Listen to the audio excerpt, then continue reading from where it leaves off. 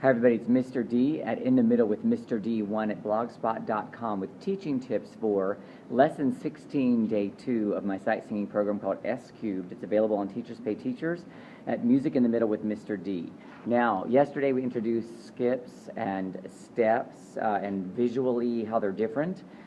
We brought that into their focus. I'm really big on training the eye for this age group because as I've been teaching over the years and using different methods, I realized they were missing so much that I just didn't catch. And for example, if we start on the note of D and then they go to an F sharp or an F, I didn't realize they would often think it was a step and they would always call it re. So there's some little things like that that I've included in these written and oral warm-ups to help refine the eye.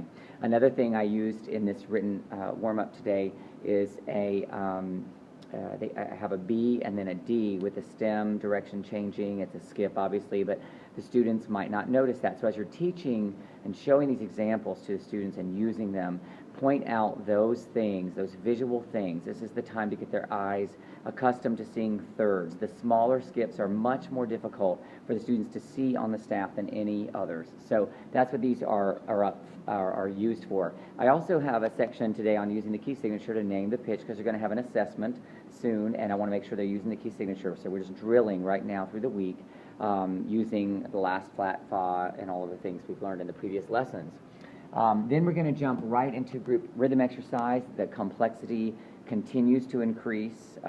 I drew accents on these examples because we're using 3 different time signatures, and I want to make sure that they're using them so they feel the difference, because we haven't been focused on that. We've been focused on learning some new rhythm groupings, and now we're just kind of putting it all together, right? So that's the group rhythm exercise. Then we're going to jump right into the forbidden pattern of the day, which is sol, sa, fa.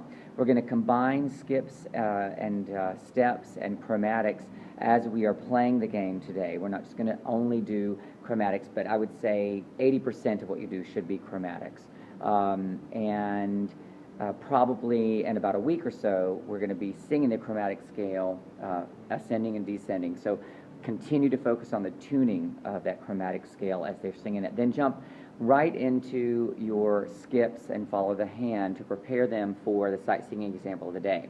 This sightseeing example is meant to challenge their eye, to make sure they're seeing skips properly. So when you see this example, you'll see the reasons why for that.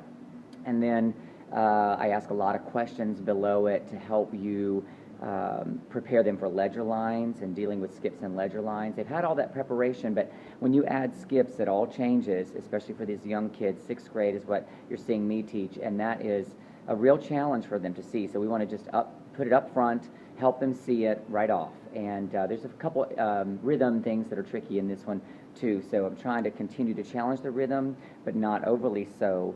You can also talk about patterns with them as well. So that's what's happening in Lesson 16, Day 2. I hope it's working for you. Check it out at Teachers Pay Teachers under Music in the Middle with Mr. D. All right, have a great day.